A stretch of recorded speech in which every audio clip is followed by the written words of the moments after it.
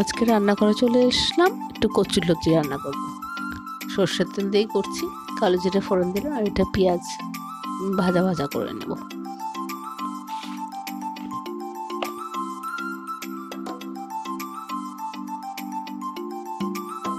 পেঁয়াজটা একটু ভাজা হয়ে গেলে দিয়ে দেবো রসুন আর নুন, লঙ্কা, হলুদ, এই তিনটে একটু মশলাটা ভিজিয়ে রেখেছি। আমার লতিতে যতটা নুন লাগবে আমি ততটাই দিয়ে নিলাম একবারে পেঁয়াজের মধ্যে, তাহলে পেঁয়াজটা তাড়াতাড়ি নরম হয়ে যাবে। রসুনটা একটু ভাজা হয়ে গেছে, আমি দিয়ে দিলাম গুলে রাখা মশলাটা। এবার ভালো করে কষিয়ে নেব।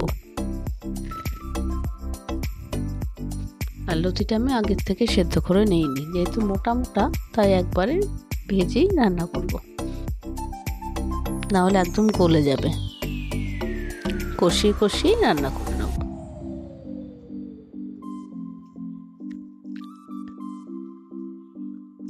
অনেকটা কষানো হয়ে গেছে, দিয়ে দিলাম অল্প চিনি।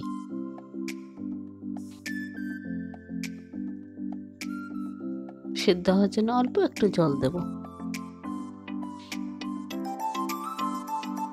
জল টেনে আসলে, তেল ছেড়ে আসলে নামিয়ে নেব।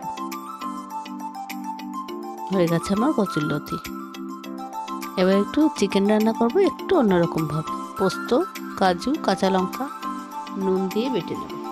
এবার পেঁয়াজটা ভালো করে ভেজে নিচ্ছি, তারপর দিয়ে দেবো চিকেনটা। দই দেবো আর কাজু আর পোস্ত যেহেতু দিচ্ছি, হলুদটা ব্যবহার কম করব। পোস্তটা বেটে নিয়েছি, একটু আদা রসুন বেটে রেখেছিলাম সেটা দিয়ে দিলাম, আর অল্প একটু পেঁয়াজ বেটে আমি দিয়ে দিলাম।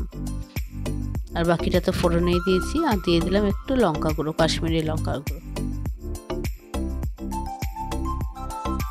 ভালো করে কষিয়ে নেব।